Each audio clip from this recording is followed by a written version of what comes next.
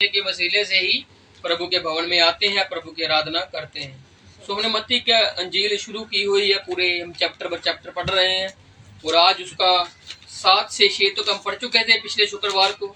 आज हम 7 से उसके 7 को शुरू करेंगे और इसको पढ़ते जाएंगे और देखते हैं प्रभु क्या बातचीत करता है धीरे धीरे।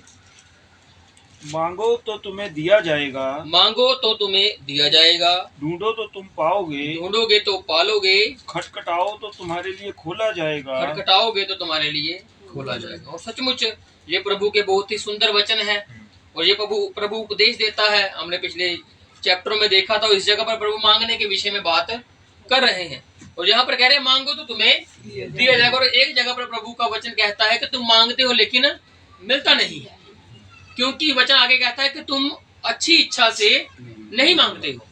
और प्रभु हमें कहता है कि जब तुमने प्रभु को ही मांग लिया तो तुमने सब कुछ ही मांग लिया। जब तुम पवित्र आत्मा की ही मांग कर ली तो तुमने सब कुछ पा लिया। इसलिए प्रभु कहता है मांगो तो तुम्हें मिलेगा, मिलेगा मिलेगा। इसमें कोई दो राय नहीं है, इसमें कोई शंकाएं नहीं है। प्रभु ने कहा है मांगने पर मिलेगा ही मिलेगा। हमारे पिताजी जो मांगते हैं, हमारी माता कुछ मांगते हैं हम उनसे तो वो देते हैं।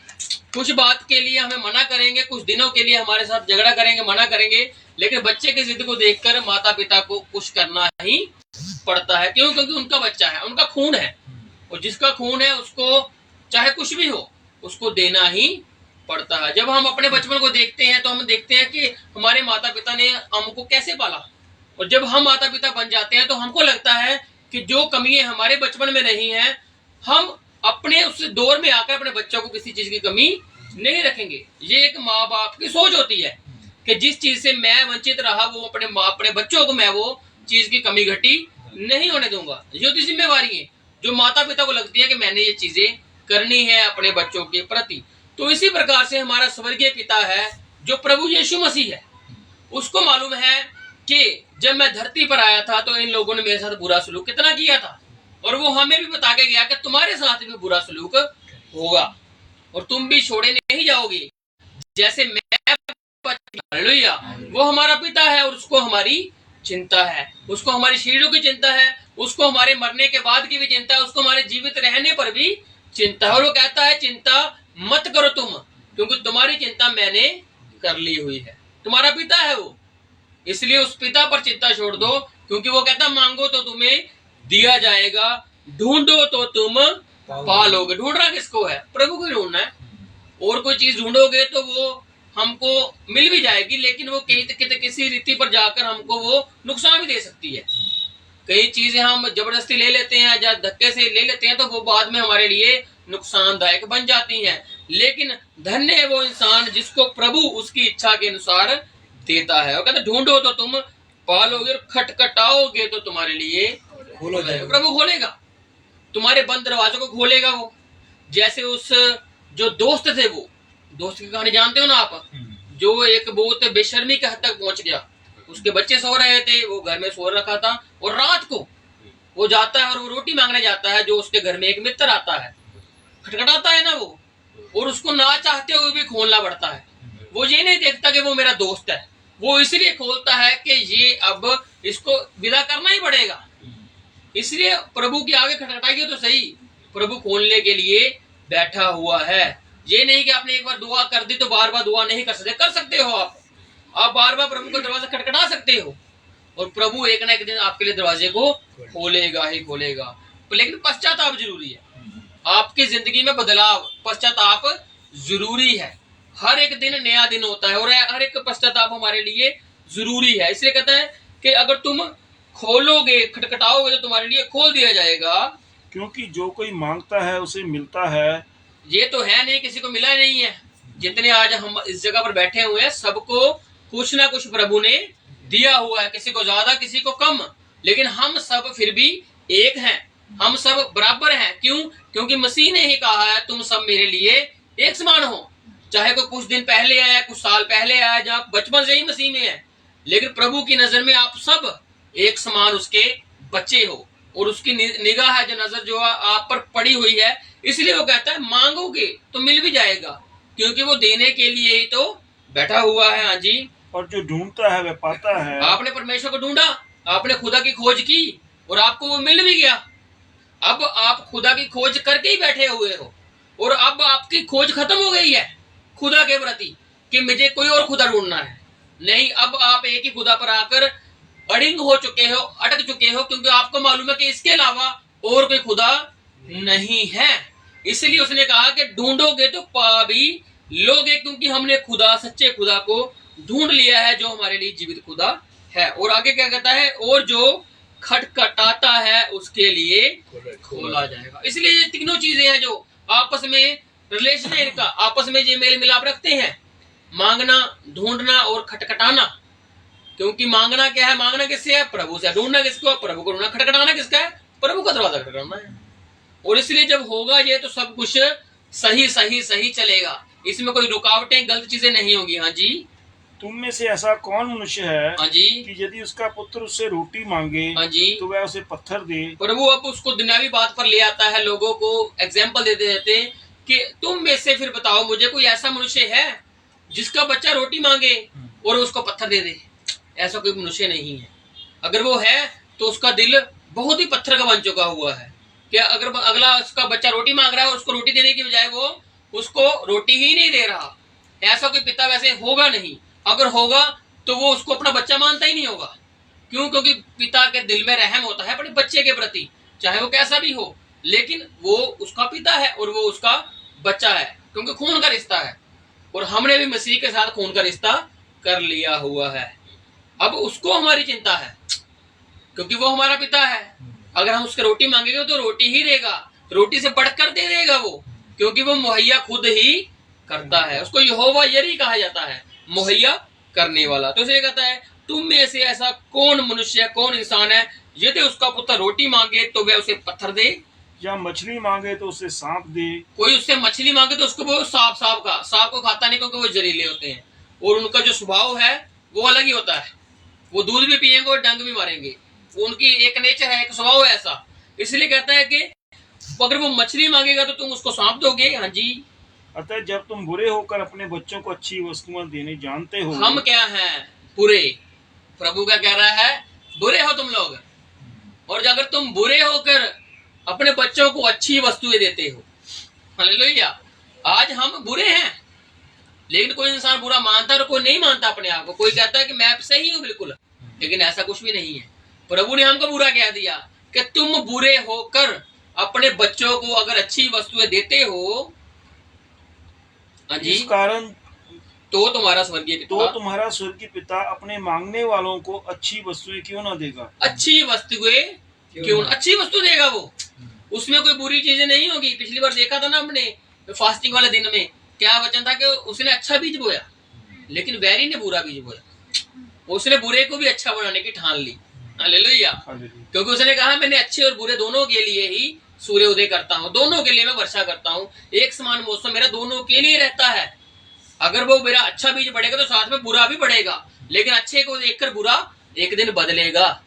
इसलिए प्रभु कहता दोनों को बढ़ने दो।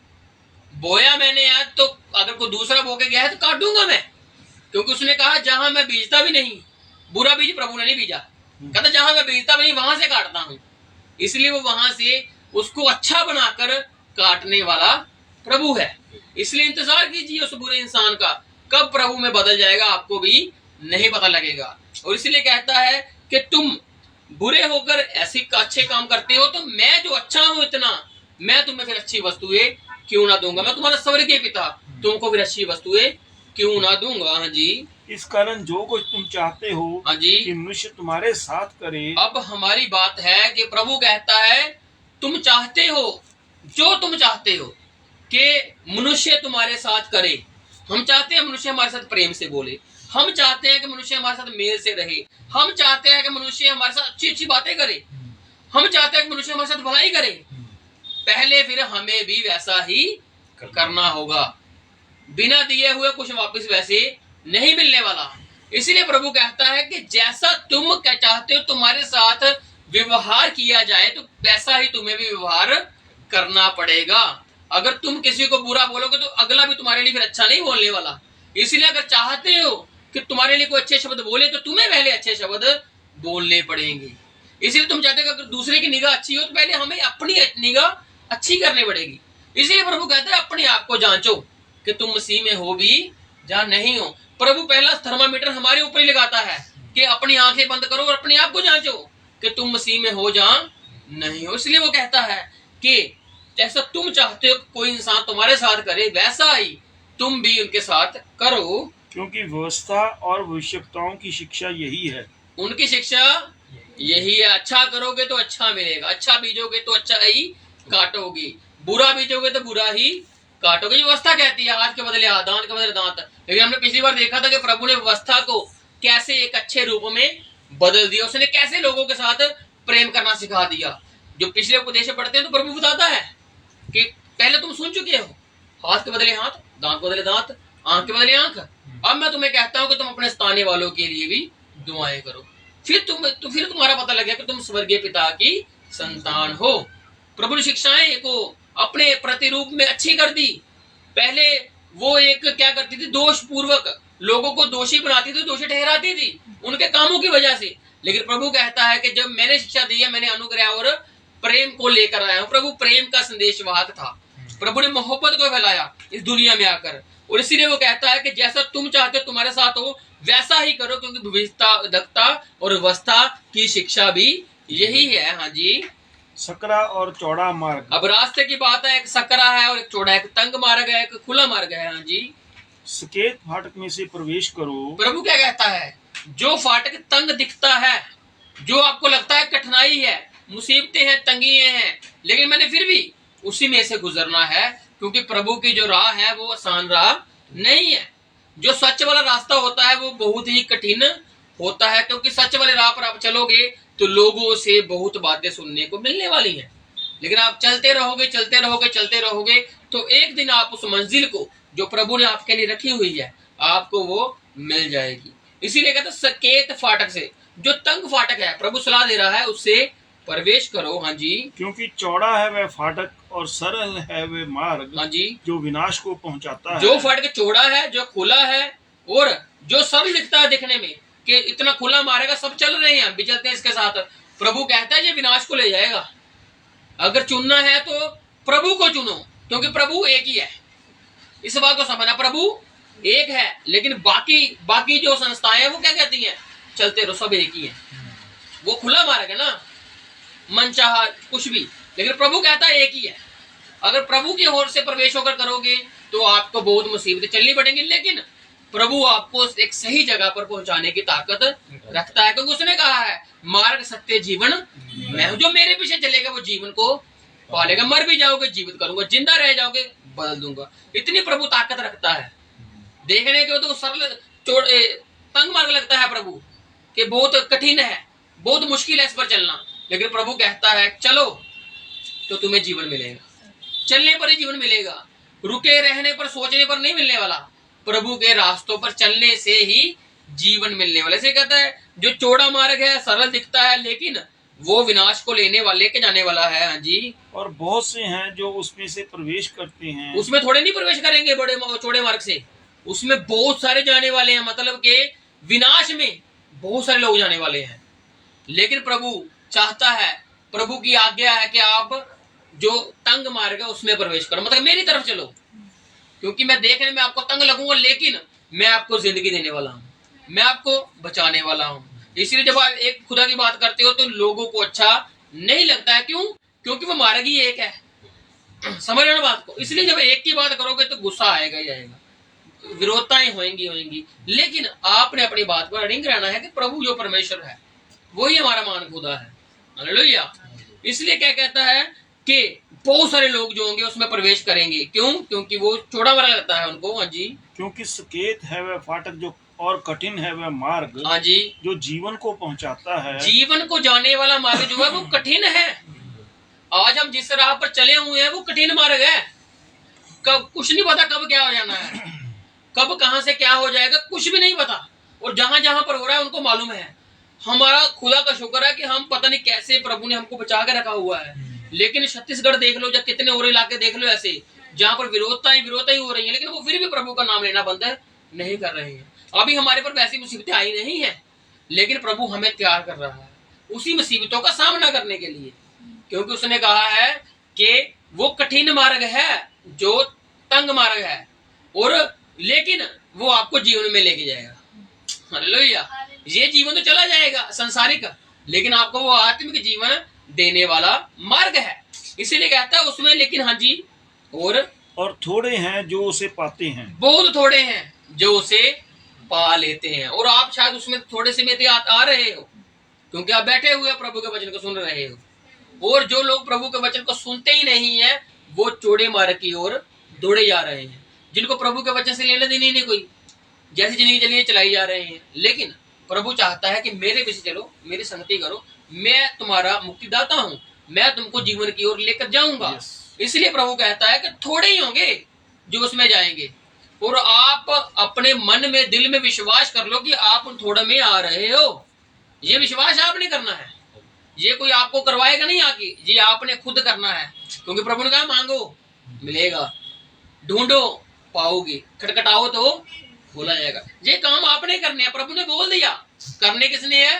हमने करना है। प्रभु ने कहा लेके जाऊंगा, तो हमने विश्वास करना है, क्योंकि उसने कहा विश्वास करने वाले के लिए सब कुछ ही कुछ भी सोच लो प्रभु आपके लिए कर देगा। लेकिन एक समय है, बुरा सोचोगे तो फिर नहीं होने वाला, अच्छा सोचोगे तो प्रभु सब कुछ करने की ताकत रखता है। हाँ जी, जैसा पेड़ वैसा फल, जैसा पेड़ वैसा फल। हाँ जी, झूठे भविष्यवक्ताओं से सावधान रहो, सावधान रहो, जो भेड़ों के भेष में तुम्हारे पास आते हैं, हमारे पास आते हैं। हालेलुया। प्रभु हमें आगाह कर रहा है पहले ही। ये आज से पता नहीं कितने साल पहले के वचन है प्रभु के, और ये उस वक्त भी बोले जाते थे और आज भी बोले जाते हैं। क्यों? क्योंकि प्रभु के वचन है। क्योंकि वचन कहता है आकाश पृथ्वी टल जाएगी, लेकिन प्रभु के वचन नहीं टलने की, और ये सच में नहीं टलने की। इसलिए प्रभु आज हमें आगाह कर रहा है, झूठे नबियों से, भविष्यवक्ताओं से सावधान रहो, जो कहते हैं हम भेड़ हैं, प्रभु के लोग हैं, लेकिन अंदर से वो है नहीं। उन्होंने सिर्फ एक पहनावा पहना हुआ है भेड़ का, लेकिन अंदर से वो पाड़ खाड़ने वाले क्या हैं? भेड़िए हैं। और ऐसे कैसे लोग होंगे? आप में रहेंगे, आप में खाएंगे, आप में पिएंगे, और जब बात आएगी आपको छोड़ने की तो ऐसे छोड़ के जाएंगे जैसे आप उनके लिए पता नहीं कितने तगड़े वैरी हो, जैसे आपने उनके लिए पता नहीं क्या कर दिया। ऐसा करके जाने वाले हैं वो। क्यों? क्योंकि वो कहते थे भेड़ है, लेकिन है वो भेड़िए। नेचर है ना अंदर का, अंदर एक स्वभाव है। प्रभु स्वभाव को तो बदलता है। वचन कहता है ना, दिल को बदलो। दिल को मतलब दिल में जो स्वभाव है बुरे, उनको बदल दो। लेकिन दिल में अगर बुरे विचार हैं और ऊपर से हम अच्छे हैं, लेकिन वो नहीं चलने वाली बात। इसलिए प्रभु कहता है कि अगर भेड़ हो तो भेड़ बनो, भेड़िए के रूप के समान मत आओ। किसी को पाड़ो मत, खाओ मत। अगर किसी के साथ खाया पिया है, उठे हो बैठे हो, तो उसकी इज्जत करो, और मुंह बंद करके अगर जाना चाहते हो तो चले जाओ। रोका किसने है? तुम्हारा डिसीजन है, तुम्हारी जिंदगी है, जियो। लेकिन किसी की बदनामी करने से क्या मिल जाएगा? कुछ मिलेगा? कुछ नहीं मिलने वाला। उल्टा आप अपने ऊपर और जिंदगी के ऊपर लानते ले आओगे किसी के प्रति बोल करके। क्योंकि प्रभु ने पिछली बार कहा था दोष मत लगाओ, 7 चैप्टर में पढ़ा ना, दोष मत लगाओ कि तुम पर भी दोष ना लगे। तो इसलिए लिखा है कि झूठे नबियों से सावधान, जो भेड़ों के भेष में तुम्हारे पास आते हैं, परंतु अंतर में वे फाड़ने वाले भेड़िए हैं। पर अंदर से वो क्या है? पाड़ खाने वाले भेड़िए हैं। इसीलिए वचन कहता है हर एक आत्मा की प्रतीति मत करो, बल्कि आत्मा को परखो कि वो प्रभु की ओर से है। प्रभु में आते हैं तो प्रभु की ओर से है भी कि नहीं है। क्योंकि हर एक प्रभु प्रभु कहने वाला प्रभु के राज में भी जाने वाला। आगे जाके पढ़ेंगे हम इसको, 7 की 21 में लिखा हुआ है कि हर कोई प्रभु प्रभु कहने वाला प्रभु के घर में नहीं जाने वाला। इसलिए जांचो, परखो, सुनो, समझो, और किसके साथ कैसा व्यवहार करना है इसके ऊपर आप गौर कीजिए। हर एक को अपना मत मान लीजिए, क्योंकि हर एक आपका नहीं है। आपने सिर्फ विश्वास किया और वो विश्वासघात करके चला जाएगा, ये आपको नहीं पता लगेगा, लेकिन बाद में आप पछताते रह जाओगे, लेकिन उसका कोई फायदा नहीं रहेगा। आज ही समय है उस चीज को सही करेंगे। ऐसे कहता है वो अंदर से पाड़ने वाले भेड़िए हैं, उनके फलों से तुम उन्हें पहचान लोगे। कैसे पहचानोगे? उनको फलों से। अगर आपके साथ कोई भाई या बहन बैठ रहा है तो उसकी बातें बताएंगी, उसका उठना बैठना बताएगा। वो जब बोलेगा तो पता लगेगा आपको कि वो प्रभु की ओर से बातें कर रहा है कि नहीं कर रहा है। अगर वो प्रभु की ओर से बातें नहीं कर रहा तो उसको अपनी जिंदगी बताना बंद कर दीजिए, क्योंकि एक दिन वो आपकी जिंदगी को लेकर ही आपके ऊपर ऐसे लांछन लगा देगा कि आपका जीना दूभर हो जाएगा। लेकिन प्रभु अगर आपको सहारा देगा तो आप बच सकते हो। अगर प्रभु ने सहारा दिया और आपने उसका सहारा लिया ही नहीं तो आप कुछ भी कर सकते हो। जैसे यहूदा इस्करियोती ने कर दिया, क्या कर दिया, अपने आप को फांसी लगा ली उसने। उसको प्रभु बचा सकता था, पकड़वा दिया, कोई बात नहीं, क्योंकि प्रभु ने कहा है कि जान मैं जब दूंगा तो सबके लिए दूंगा। तो यहूदा इस्करियोती भी बीच में ही था, लेकिन उसने अपना खुद फैसला लिया कि मेरे लिए जीना उचित नहीं है, और वो चला गया और फांसी लगा ली। और जब वो मर गया तो लेकिन प्रभु ने तो उसके लिए जान दी थी ना। वो अगर क्षमा मांगता तो मिलती। पतरस ने भी तो मना किया था, कितने चेले थे और क्या क्या गलती नहीं की उन लोगों ने, लेकिन प्रभु ने उनको बचाया। और यहूदा इस्करियोती भी बच सकता था अगर वो खुद अपनी जान को ना लेता। इसलिए कहता है कि हाँ जी, उनके फलों से तुम उनसे पहचान लो। उनको पहचानना है।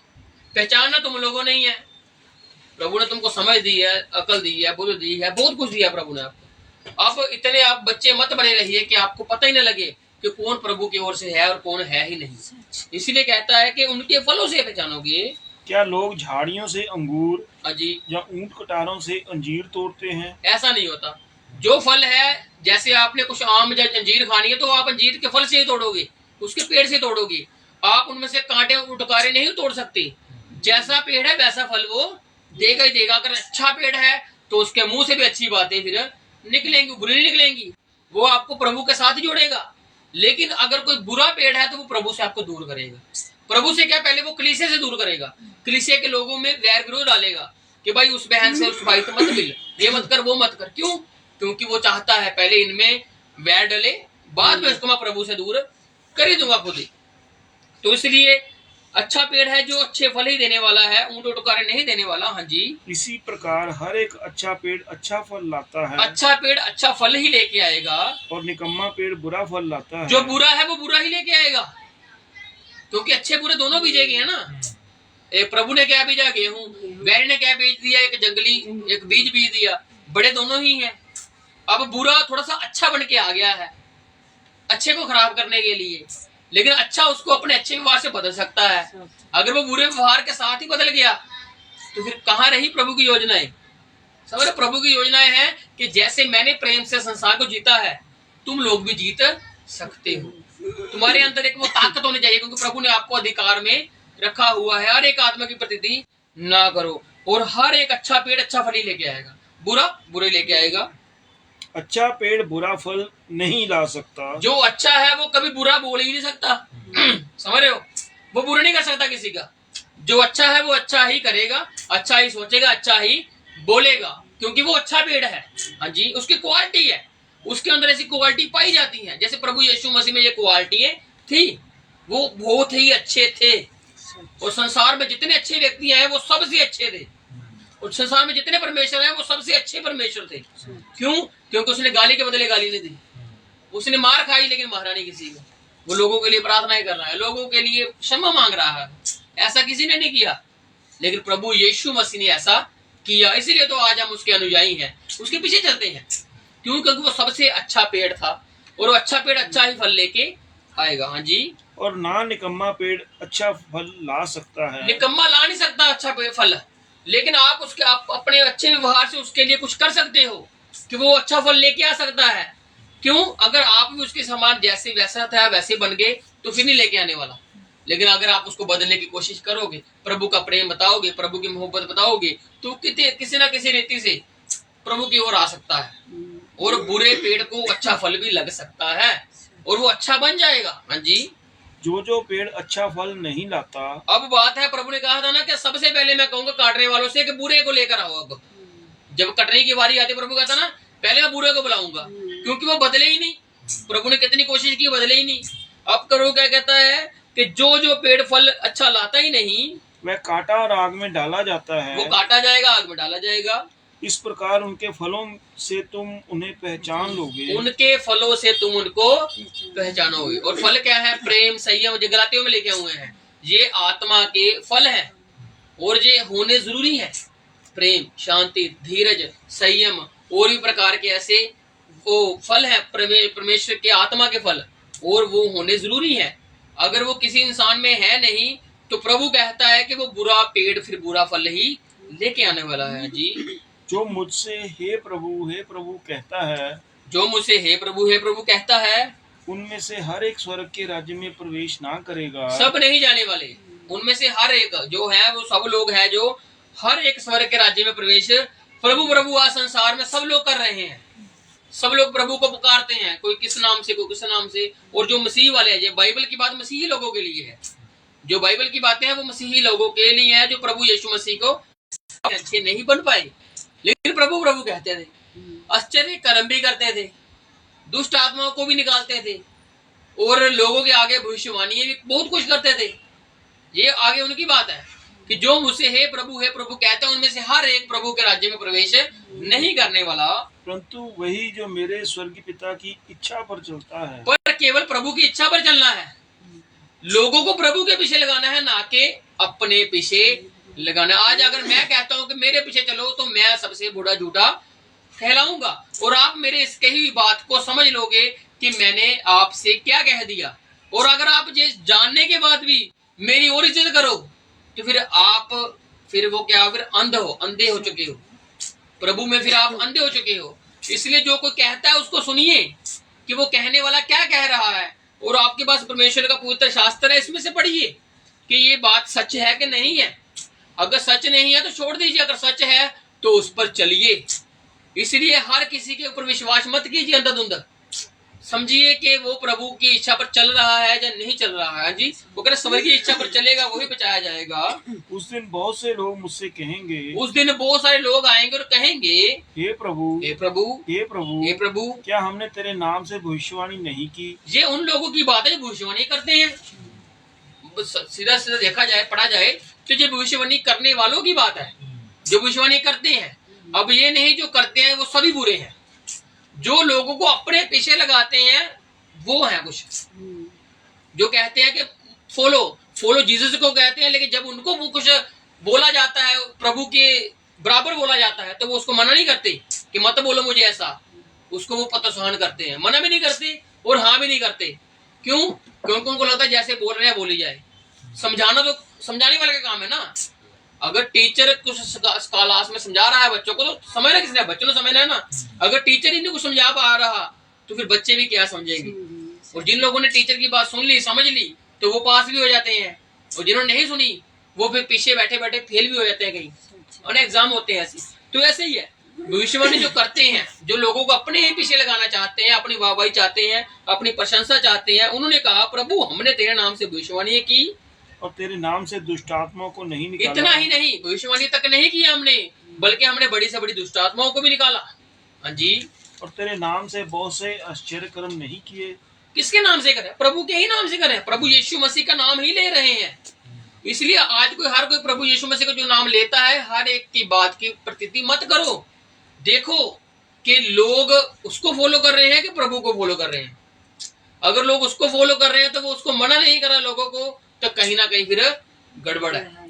और इसलिए कह रहा है कि वो कहेंगे, प्रभु हमने तेरे नाम से दुष्ट आत्माएं भी निकाली हैं, तब मैं उनसे खुलकर कह दूंगा। एक बात रहेगी आश्चर्य कर्म वाली, मैंने तेरे नाम से बहुत से आश्चर्य कर्म नहीं किए। वो कहेंगे कि हमने तेरे नाम से बड़े बड़े काम भी किए हैं, लोगों को अचंभे में डाल दिया कि ये काम, तो बड़ी बड़ी गवाही होती है ना कि बड़ी बड़ी प्रभु ने काम किया, लेकिन उन्होंने प्रभु के नाम लगाने के पीछे अपने पीछे लगा लिया, जिसकी वजह से प्रभु की उनके साथ शिकायत है कि तुमने किया तो मेरे नाम से ही, लेकिन मेरे नाम का जो अर्थ था वो नहीं बता पाए।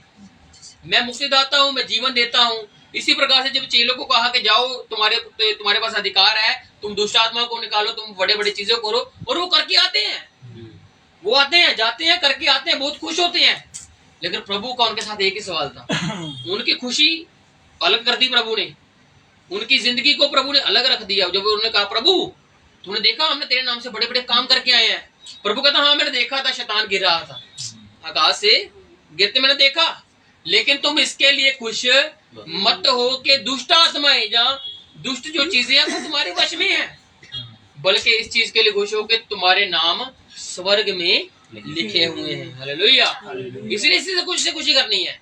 लोग आश्चर्य कर्मों के पीछे भागते हैं, भविष्यवाणी के पीछे भागते हैं, और साथ में दुष्ट आत्माओं को निकालने के पीछे भागते हैं। लेकिन ये चीजें होंगी, होनी है, ये होंगी, इसमें कोई शक नहीं है, होती है।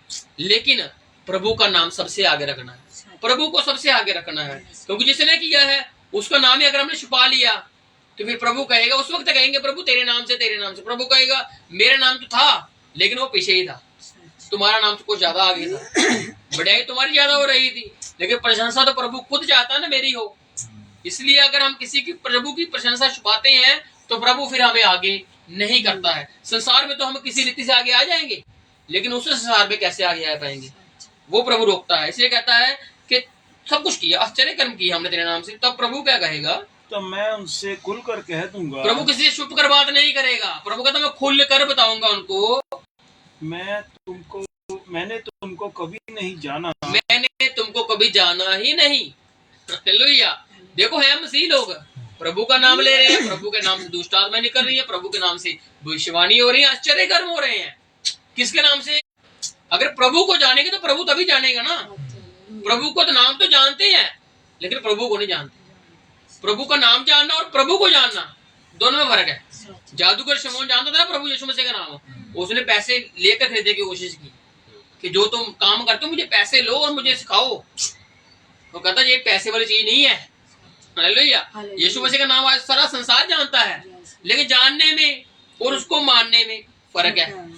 इसलिए वो कहता है कि मैं तुमसे खुलकर कह दूंगा मैंने तुम्हें कभी नहीं जाना, क्योंकि उनके नाम फिर हथेलियों पर लिखे हुए हैं। प्रभु ने तो अपने लोगों को पास से चले जाओ। इतना ही नहीं, प्रभु उनको एक चीज और कहता है, कुकर्म करने वाले, तुमने बुरा ही किया है, मेरा नाम तो लिया है लेकिन साथ में देखते हैं हम कितने आरोप लगते हैं, सच्चे हैं झूठे हम नहीं जानते। लेकिन प्रभु ने पहले ही कह दिया है, हे कुकर्म करने वालों मेरे से दूर हो जाओ, क्योंकि तुमने मेरा नाम तो लिया लेकिन ऐसे ही ले लिया, मुझको जाना नहीं अच्छे रीति से कि मैं क्या चाहता हूँ। प्रभु कहता मैं दिया चाहता था लेकिन तुमने बलिदानों को लेकर आए। इसलिए प्रभु कहता मैं तुमको कहूंगा तुम कुकर्म करने वालों और मुझसे दूर हो जाओ। घर बनाने वाले दो मनुष्य, हाँ जी, बुद्धिमान और मूर्ख। घर बनाने वाले दो मनुष्य, बुद्धिमान और मूर्ख। दो इंसानों की बात है, एक बुद्धिमान और एक मूर्ख है, और आपको इस बुद्धिमान के श्रेणी में जाना है। अब इसी चैप्टर को पढ़ेंगे और लास्ट चैप्टर को हम अगले शुक्रवार को देखेंगे। हाँ जी। इसलिए जो कोई मेरी ये बातें सुनकर उन्हें मानता है, हाँ जी, वह उस बुद्धिमान मनुष्य के समान ठहरेगा। प्रभु कहता है जो मेरी बातों को सुनता है और मानता है वह किसके समान है? बुद्धिमान मनुष्य के समान है, जिसने अपना घर चट्टान पर बनाया। जिसने अपना घर चट्टान का मतलब ये नहीं कि किसी पत्थर पर बना लिया, या किसी जगह पर गए और ऊंची चट्टान देखी बाप नहीं, जिसने अपना घर प्रभु पर बना लिया। समझ रहे हो? चट्टान प्रभु यीशु मसीह अपने आप को कहता है, चोटी का पत्थर वो अपने आप को कहता है कि कोने का पत्थर जिसको लोगों ने नकार दिया था ना, संत पुरुष के विषय में कहता है कि वही कोने का पत्थर जिन लोगों ने नकार दिया, जिसको राज मिस्त्रियों ने नकार दिया कि हमको नहीं चाहिए, कहता वही तो अच्छा बना, वही तो सबसे आगे आया। और जब उस नबूकदनेस्सर की मूर्ति बनती है तो उसके आखिर में जो पत्थर लगता है आकर, जो सभी राज्यों को ढाकर एक अपना राज्य स्थापित करता है, वो प्रभु यीशु मसीह तो करता है अपना राज्य स्थापित। इसी प्रकार से चट्टान जो है, जो पत्थर जो है, प्रभु यीशु मसीह अपने आप को दर्शाता है। जब पतरस को प्रभु ने कहा है कि अब तेरा नाम शमौन नहीं होगा, पतरस होगा। पतरस का मतलब कि पत्थर होगा, और इस पत्थर मतलब कि प्रभु यीशु मसीह अपने आप को ही वहां पर लेकर आ रहा है, मैं इस पत्थर पर अपनी कलीसिया बनाऊंगा। आज जो मसीही कलीसिया है यीशु मसीह के नाम पर बनी हुई है, यीशु मसीह के ऊपर बनी हुई है। क्यों? क्योंकि यीशु मसीह है जो हमें संभालता है। आंधी आए, तूफान आए, क्या क्या नहीं आए, लेकिन प्रभु हमें संभालने वाला परमेश्वर है। अभी कुछ बीते दिनों में कुछ खबरें हैं जो प्रभु ने वचन में लिखा है, मत्ती में लिखा हुआ कि जगह जगह क्या होंगे, भूकंप आएंगे। और अगर आप पाकिस्तान में देखोगे, कराची में कुछ 4-5 दिनों में ही 21-22 भूकंप आ गए वहां पर, और लोग अपने घरों को छोड़कर भाग रहे हैं वहां से। और उसके साथ एक कंट्री और थी, वहां पर भी कुछ चंद दिनों में ही इतने भूकंप आ गए वहां पर। और ये देखो क्या संकेत है, जगह जगह भूकंप होंगे, जगह जगह अकाल पड़ेंगे, लड़ाइयों की चर्चाएं होंगी। अफवाहें नहीं होगी, चर्चाएं होगी। अफवाह तो हुआ ना कि लड़ाई लगी नहीं, अफवाह नहीं, चर्चा, और चर्चा हो रही है वहां सब जगह चर्चाएं हो रही हैं। और ये अंत समय की निशानियां हैं। और आज हमें प्रभु में संभलने की, बचने की जरूरत है। और इसलिए हमें अपने घर को और स्थिर करने की जरूरत, मतलब प्रभु पर और ईमान लाने की जरूरत है। चट्टान पर तो हम घर बना चुके हैं, अब उस चट्टान वाले घर की जो नींव है प्रभु यीशु मसीह, उसको रिप्रेजेंट करना है, उसको आगे लेकर आना है, उसकी जिंदगी लोगों के आगे बतानी है, उसके बारे में बताना है, उसके गवाह बनना है। इसीलिए वो कहता है कि जो बुद्धिमान मनुष्य है उसके समान बनो, जिसने अपने घर को चट्टान पर बनाया। और मैं बरसा और बाढ़ें आई, मैं वर्षा, बारिश आई, बाढ़ें आई, और आंधियां चली, आंधी भी चली, और उस घर से टकराई। किस घर से? जो चट्टान पर बना हुआ था, जो यीशु मसीह पर बना हुआ था, वो उस पर टकराई, फिर भी वह नहीं गिरा। फिर भी वह नहीं गिरा ही नहीं। वो कारण कि यीशु मसीह के ऊपर जिसका घर है, जिसका भरोसा है, वो नहीं गिरने का। हालेलुया। जैसे संडे को वचन था ना कि तो जब चिट्ठी लेके गया था, वो संडे को बुधवार को वचन था ना कि वो चिट्ठी लेके गया परमेश्वर के पास, किसके लिए? असीरियों के लिए, सीरिया के लिए, कि वो प्रभु ने कहा एक तीर भी नहीं चलेगा तेरे ऊपर। हालेलुया। एक तीर भी नहीं चलने वाला। और उसी रात को प्रभु के दूत ने जाकर 1,85,000 बंदे मार दिए। इसलिए प्रभु का घर जो है, प्रभु को चट्टान पर बना हुआ है, बुद्धिमान मनुष्य का घर। मतलब प्रभु की जो कलीसिया है, प्रभु के जो लोग हैं, वो मसीह के ऊपर बने हुए हैं, मसीह के ऊपर टिके हुए हैं। क्यों? क्योंकि वो रास्ता तंग है, और तंग रास्ते के ऊपर तो मुसीबतें तो आनी ही है। लेकिन तंग रास्ता है मसीह, और उसके ऊपर आंधी आ रही है, बाढ़ें आ रही हैं, ये कठिनाइयां हैं जो मसीह लोगों पर आएंगी, लेकिन वो गिरने वाले नहीं है अगर उनका भरोसा मसीह के ऊपर है तो। हालेलुया। तो इसीलिए कहता वो आई, सब कुछ आई, उन पर टकराई, लेकिन वो उनको कुछ कर ही नहीं पाई, क्योंकि उसकी नींव चट्टान पर डाली गई थी। क्योंकि उसकी जो नींव है, जो उसकी बुनियाद है, वो चट्टान के ऊपर बनी हुई है। मसीह के ऊपर जीवन को देगी हमको, वो मरने थोड़ी देगी। आंधी क्या करती है? मारती है। बाढ़ें क्या करती है? मारती है। कितना कुछ होता है ना, ये घर चला गया, वो घर चला, कितनी नुकसान होता है। लेकिन जिसने अपना घर परमेश्वर पर बनाया है, उस जीवन पर बनाया है, उसको वो नुकसान नहीं देने वाली। इसलिए प्रभु ने सब चिंताएं दूर कर दी। मरोगे, जिंदा हो जाओगे, जिंदे रह जाओगे, बदल जाओगे, संसार में रहोगे, संसार की चीजें तुमको सब मिल जाएंगी, लेकिन पहले धर्म और राज की मेरे खोज करो। इसीलिए वो कहता है कुछ नहीं कर पाएंगी, क्योंकि उन्होंने अपना घर चट्टान पर बनाया है। हाँ जी। परंतु जो कोई मेरी ये बातें सुनता है, हाँ जी, और उन पर नहीं चलता। देखा ना, चट्टान की बातें करके प्रभु अपनी बातों पर ले गया। कहने का मतलब कि प्रभु की बातों पर अगर हमारा विश्वास है, ईमान है, उसी पर हमारा दारोमदार है, तो हम गिरने के नहीं, हम मरने के नहीं, हम थकने के नहीं, हम तो जीवन की ओर बढ़ते ही जा रहे हैं। और उस जीवन को देने के लिए प्रभु यीशु मसीह हमारी ओर ही बढ़ता जा रहा है। वो कहता है ना, तू बढ़ता जा, मैं कम होता हूँ। इसलिए हम कम हो रहे हैं और वो बढ़ रहा है। मतलब कि जीवन हम में बढ़ रहा है, हमारा विश्वास और बढ़ रहा है, हमारे उठ जाने की शक्ति और हमारे में बढ़ रही है। क्यों? क्योंकि प्रभु ने ही कहा है, मैं आऊंगा और तुम्हें अपने साथ लेकर जाऊंगा। वो आ रहा है और हम उसके साथ जाने के लिए तैयार हो रहे हैं। हाँ जी। जो मेरी बातों को सुनकर नहीं मानता और उन पर नहीं चलता, वह उस निर्बुद्धि मनुष्य के समान ठहरेगा। हाँ जी। जिसने अपना घर बालू पर बनाया। एक मनुष्य था जिसने चट्टान पर बनाया, एक मनुष्य जिसने रेत पर बनाया। बालू मतलब रेत पर बनाने वाला भी एक मनुष्य है, जो बातों को सुनता है लेकिन मानता नहीं है। अब उसने घर, क्यों? क्योंकि मुसीबतें आएंगी, मुश्किलें आएंगी, तंगी आएंगी, और वो बार बार कहेगा प्रभु को मैं छोड़ दूंगा, प्रभु के पीछे आकर मैं कंगाली हो गया, प्रभु के पीछे आकर मैं यही हो गया, प्रभु के पीछे आया हूं मैं तो यही हो गया, वो हो गया हूं। फिर क्यों? क्योंकि उसका विश्वास स्किंट ब स्किंट डामाडोल हो रहा है। वो अपने आप को प्रभु में तो है, लेकिन प्रभु की बातों पर विश्वास करने के योग्य अपने आप को नहीं बना पा रहा।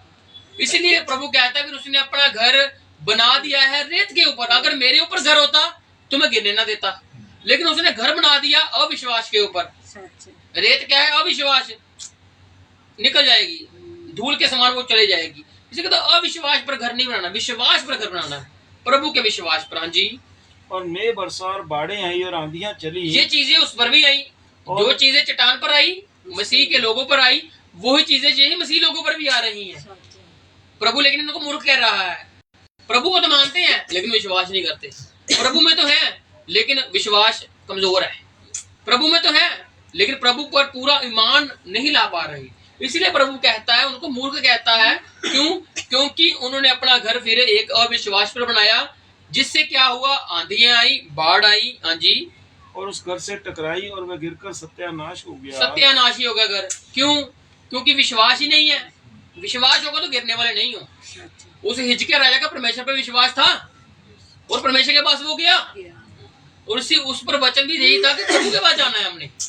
अगर प्रभु के पास नहीं जाते हैं हम लोग तो हमारा विश्वास कम हो सकता है, डावाडोल हो सकता है। और जब वो प्रभु के पास गया तो प्रभु ने उसको कहा तीर नहीं चलेगा कोई भी तेरे ऊपर, वो सच में नहीं चला। इसलिए आज प्रभु ने हमको कहा है कि तुम्हारे ऊपर तीर बनेंगे लेकिन तुम्हारे ऊपर सफल नहीं होंगे। तो प्रभु पर विश्वास करना है ना। प्रभु ने कहा तुमको मैं जीवन दूंगा तो विश्वास करना है। प्रभु ने कहा मैं आऊंगा तुम्हें लेकर जाऊंगा, विश्वास करना है। प्रभु ने कहा है कि तुम्हारे शरीर को मैं बदल दूंगा, विश्वास करना है। विश्वास ही तो करना है प्रभु पर बस, और उसकी आज्ञाओं को मानना है और उसके ऊपर अड़िंग विश्वास पर बने रहना है।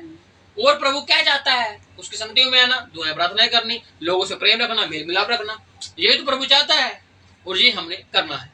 और इसलिए कहता है कि उस रेत वाले घर पर भी ये चीजें हुई, टकराई, लेकिन वो गिर गया। हाँ जी। जब यीशु ये बातें कह चुका तो ऐसा हुआ कि भीड़ उसके उपदेश से चकित हुई। भीड़ उपदेशों को सुन रही है, चेले भी साथ में उपदेशों को सुन रहे हैं, क्योंकि यीशु मसीह भीड़ को देखकर पहाड़ के ऊपर चढ़ गए थे, क्योंकि लोग ज्यादा थे। और यीशु मसीह ने वहां पर उपदेश दिया और उपदेश देते गए और लोग सुन रहे हैं बहुत शांति से, प्रेम से। और जब ये बातें प्रभु कर ही रहा था, कर चुका, तो लोग सुनते गए कि ये बातें तो कभी हमने किसी टीचर से, किसी अध्यापक से सुनी ही नहीं। ये जो बातें मसीह कह रहा है हमसे, ये जो एक नया टीचर आया है ये हमें सिखा रहा है, लेकिन हमने कभी ये बातें सुनी नहीं, इतनी सरलता से, इतने आराम से, इतने संयम से। लेकिन प्रभु उनको बड़े प्यार से ही समझाता था। और इसलिए कहता वो चकित हुए, हैरान हुए। हाँ जी। क्योंकि वह उनको शास्त्रियों के समान नहीं। शास्त्री कैसे समझाते थे? तरीका था उनका एक अलग, एक जैसे उनका पिता का तरीका था, अगर उनके आगे पिता का तरीका था, पीढ़ी दर पीढ़ी चल रहे थे। जैसा पिता में आत्मा था वैसे पुत्र में आ गया, वैसे आगे आगे आत्मा बढ़ता गया, और वो वैसे ही उनको समझाते गए। जैसे एली के आगे दो बेटे, एली तो अच्छा एक बंदा था लेकिन वो अपने बेटों को संभाल नहीं पाया, और आगे जाकर बेटों के लिए क्या किया, और उसकी वजह से दुख चला जाता है और बच्चे मर जाते हैं और एली भी मर जाता है। और ऐसे पीढ़ी दर पीढ़ी शास्त्री फरीसी चलते थे। और वो वचन कहते हैं उनको शास्त्रियों के समान जाता था। शास्त्रियों को चाहिए था एक मंदिर, शास्त्री को चाहिए था एक बड़ा सिंहासन, शास्त्री को चाहिए था कि एक पहरावा, और एक रुतबे के साथ बोलते थे वो कि रुतबा है हमारा, हम ऐसे करेंगे, ऐसे करेंगे, ऐसे करेंगे। लेकिन वो जो प्रभु था उनको शास्त्रियों के समान नहीं समझाता था, बल्कि परंतु अधिकारी के समान उन्हें उपदेश देता था। कैसे देता था उपदेश? अधिकारी के समान। अगर वो कहता था कि स्वर्ग में मेरा पिता रहता तो वो कहता था, वो शास्त्री से पिता थोड़ी था शास्त्रियों का। जो सदूक की फरीसी शास्त्री थे उनका पिता थोड़ी था स्वर्ग में, और वो नहीं कह पाते थे, उनके पास अधिकार ही नहीं था। और प्रभु कहता है जिसके पास अधिकार होगा वही बोलेगा। आज हमारे पास प्रभु ने अधिकार दिए हैं तो हम प्रभु का अधिकार लेकर बोल रहे हैं। अगर प्रभु ने कहा तुम मेरे नाम से बड़े बड़े काम करोगे तो ये अधिकार प्रभु ने हमें दिया है। और इसलिए हम शास्त्रियों का समान थोड़ी बोलते हैं कि हमको एक प्रॉपर जगह चाहिए, हमको एक वही स्थान चाहिए, हम ऐसा थोड़ी कहते हैं। हमको जो स्थान मिल जाए प्रभु का वही स्थान है, जैसे लोग मिल जाए प्रभु के वही लोग हैं। क्यों? क्योंकि हम अधिकारियों के समान बोलते हैं। अगर स्वर्ग में जाना है तो प्रभु ने स्वर्ग में लेके अधिकार है हमारे पास, तो मैं बांटा हुआ है, केवल मुझ में नहीं, केवल आप में नहीं, बल्कि सब जो मसीह को मानते हैं, जो सच्चे दिल से मानते हैं, प्रभु ने सबको अधिकार दिया हुआ है। हालेलुया। इसलिए प्रभु कहता है कि उनने क्या किया, अधिकारियों के समान वह बोलता था। और जब आप भी बोलते हो ना तो डर के मत बोला करो, बल्कि अधिकारियों के समान बोला करो, क्योंकि प्रभु ने आपको अधिकारी बनाया हुआ है। इसलिए कभी भी डरने की, थकने की, टूटने की जरूरत नहीं है। प्रभु ने आपको अधिकारियों के समान बोलने की शक्ति दी हुई है। इसलिए प्रभु का वचन सरल है, प्रभु का वचन शांतिमय है, और इनको प्रभु के साथ, प्रभु के लोगों के साथ ऐसा ही बांटते रहिए। तो आइए आंखों को बंद करते हैं और अगले इस 8वें चैप्टर को हम अगले शुक्रवार को देखते हैं। और आंखों को बंद करते हैं, प्रभु का धन्यवाद करते हैं, प्रभु की महिमा करते हैं। तारीफ जीसस, तारीफ जीसस, तारीफ Jesus, thank you Jesus, thank you Jesus. महान महान महान खुदा प्रभु यीशु मसीह, तेरी तारीफ प्रभु जी, तेरी तारीफ तारीफ तारीफ तारीफ तारीफ खुदा, तारीफ खुदा प्रभु यीशु मसीह। Hallelujah hallelujah hallelujah hallelujah. महान परमेश्वर यीशु मसीह, thank you Jesus, thank you Jesus, thank you. तारीफ जीसस, तारीफ तेरे आंसू कौन सुनेगा, कौन देखेगा तेरी आहें, तेरे आंसू कौन सुनेगा, कौन देखेगा तेरी आहें। एक वही है जो तेरा है, तुझको अपना वो ही माने। एक वही है जो तेरा है, तुझको अपना वही माने। चल छड़ बंदिया दुनियादारी, चल छड़ बंदिया सब दुश्वारी। उतो ओदा ना बन, दिल तो बन जा ओदा एक वारी। चल छड़ बंदिया दुनियादारी, चल छड़ बंदिया सब दुश्वारी। उतो ओदा ना बन, दिल तो बन जा ओदा एक वारी। धन्नवाद तेरा प्रभु यीशु।